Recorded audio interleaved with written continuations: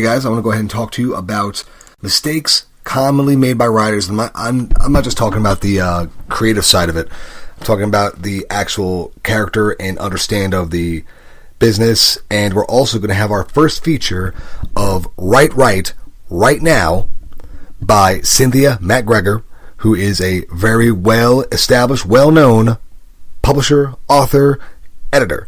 So she can give you some really helpful tips at the end of this segment. But first, before we go ahead and dive into this, I want to let everyone know kind of what's been going on with Write It Out Radio, reasons for our dips in content, and our pushes in with a lot of appearances. So Write It Out Radio has very unique series. Like, we have lessons, and we also have just a basic Write It Out on air where we speak to our guests. What we're looking to do right now is, we call it the Scumbag Scam Alert. And we are looking for people who have been scammed in the industry, either by lesser known, publishers, editors, somebody who's really done a number on them. We want to speak to you guys, and we want to get these guys on the air and let people know about the bad crap they're doing. We don't agree with it. We don't like it, and we want everyone to know that there's bad stuff out there. And unfortunately, it's like that in any industry. So there's really no way around it. That's just how things are. But we want to be the first to kind of expose them consistently.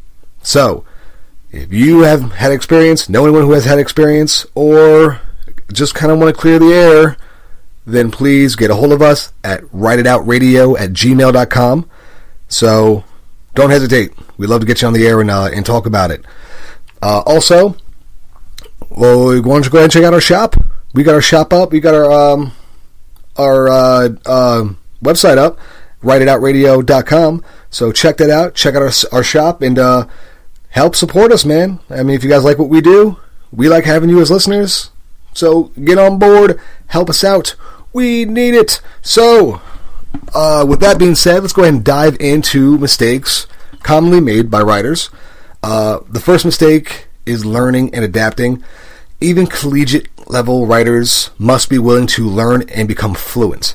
Fluidity is very important in this industry. I'm sure I've talked about it before with guests and on some lesson series. Allow yourself to consistently learn. Learning is growth, knowledge is power. Very cliche, but very true. That's why it is a cliche in that aspect. Some cliches are not right. That one is. Also, writers, true writers and people who write for a living are thick-skinned. That's an armor that we wear proudly. And what I mean by that is, receiving constructive criticism is a good thing. It is a direct response from prospective fans. They want you to reach them. So by having a constructive criticism, especially when you're in social media groups, if you ask for an opinion and don't like one, don't ask for the opinion. Don't give up. Part of the learning and adapting is traction is not instant. What I mean by traction is growth of fan base.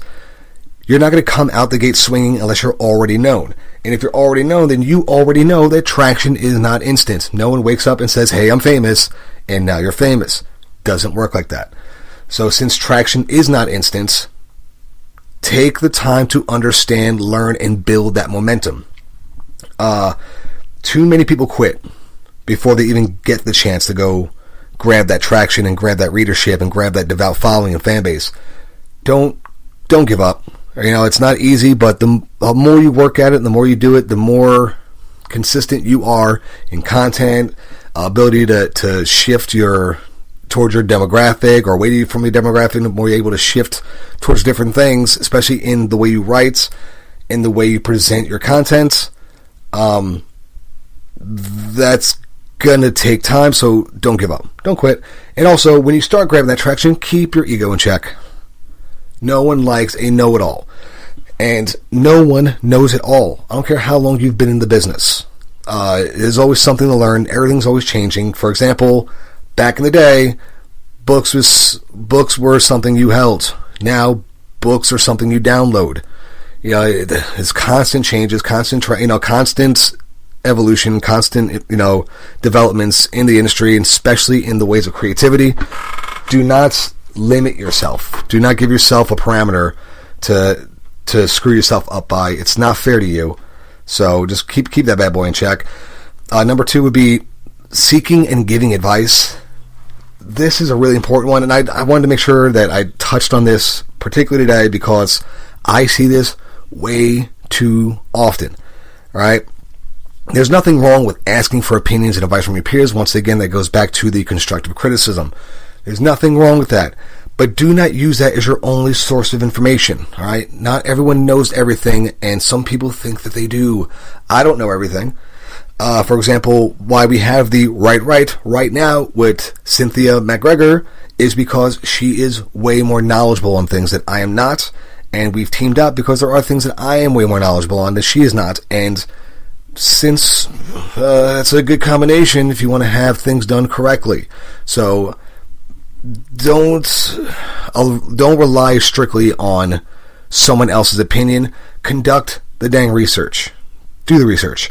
If you have a question, remember it has been asked before, and answers, there are accurate answers. There are accurate answers at some point in history.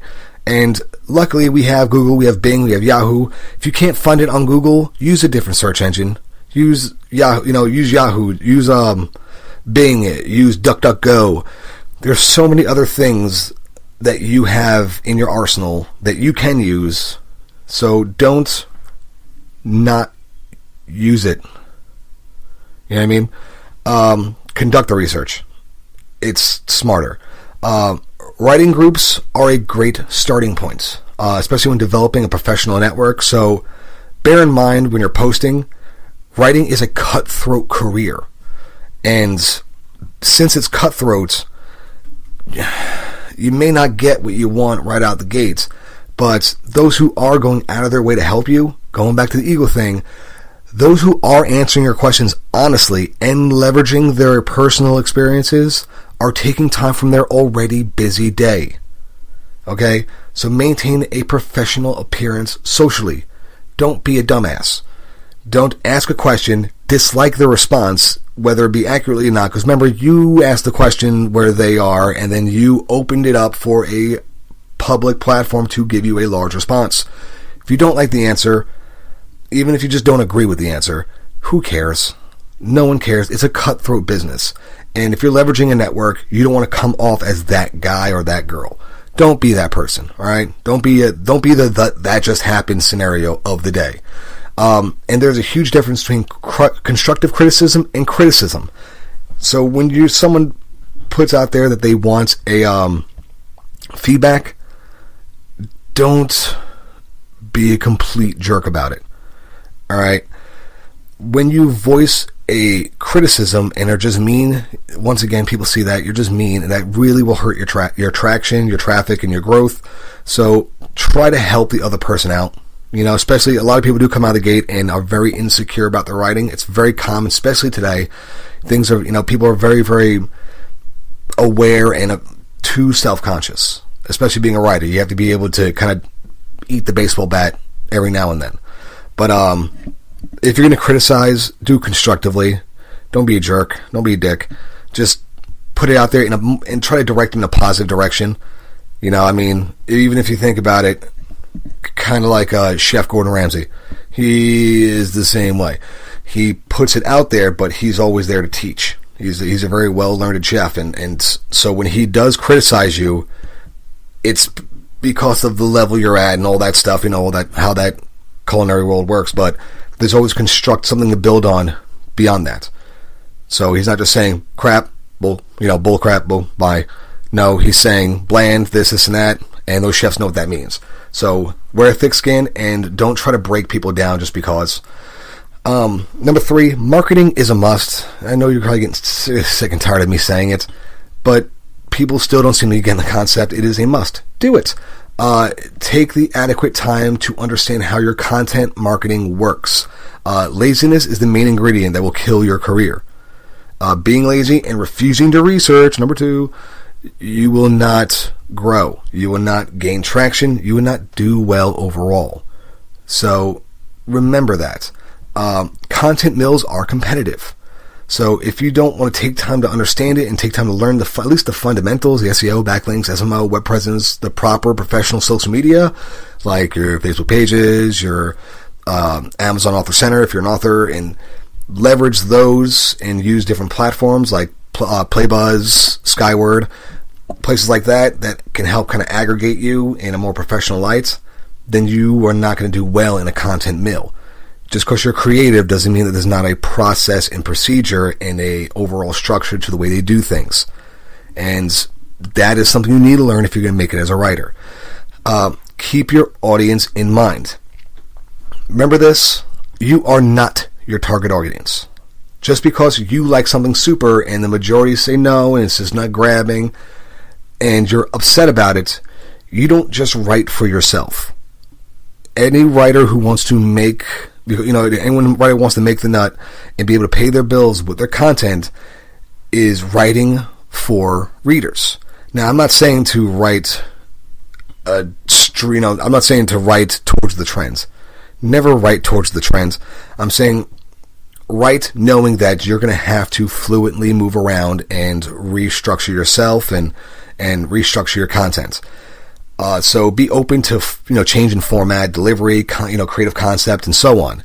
Engaging your audience in a professional manner should never be jeopardized. What I mean by that is you see a lot of things on different comment softwares and different comment avenues outside of social media where a reader will snazz back either whether it just be their nature, demeanor, or just had a bad day and they need event points.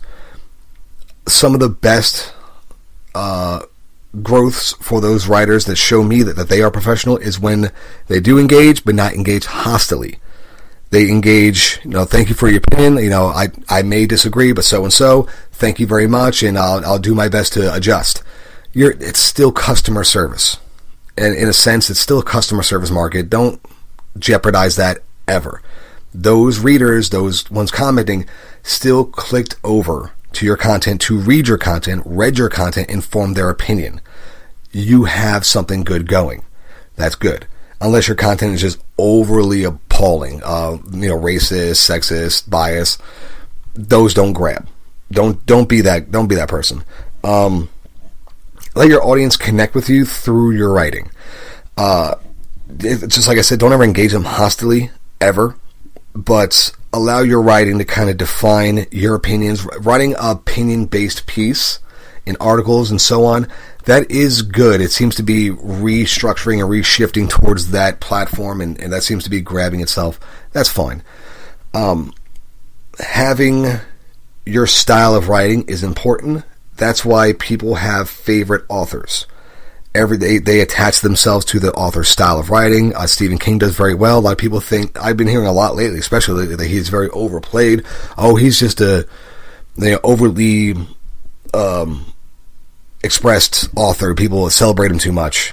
Well, because he's one of the best authors of our time, he still puts out things consistently that are always top shelf buys because people like his style. Just because someone else doesn't like their style, that's not his problem. He's to a point and level in his career where he's solidified and he is founded with his style. Let your style speak for you. There will be haters, obviously. Even Stephen King has them. That happens. There will be haters. That's cool. Haters are out there. There's always going to be a hater. Not everyone's loved. I get plenty of hate things all the time. I don't even engage them. It is what it is. I put my opinions out here, and we put out our recordings based on 15 years of experience, not based on something I read 20 minutes ago. It's stuff I've learned, and from the guests I've spoken to, and in fact, I'm still active in the freelance market, and we're doing well for ourselves. That is what it is. So just let it be. Let it be what it is. The last one, the most important one, I believe, is toss the trend chase. When you're creating content, the first concept should never be focused around the latest trend, topic, or genre, especially if that's not your strongest point. I don't write pieces about designs. I don't write pieces about fashion, because if those who know me know that I have the same style since high school, and we know that me writing about fashion is not well. It's very forced, and forcing content, because it's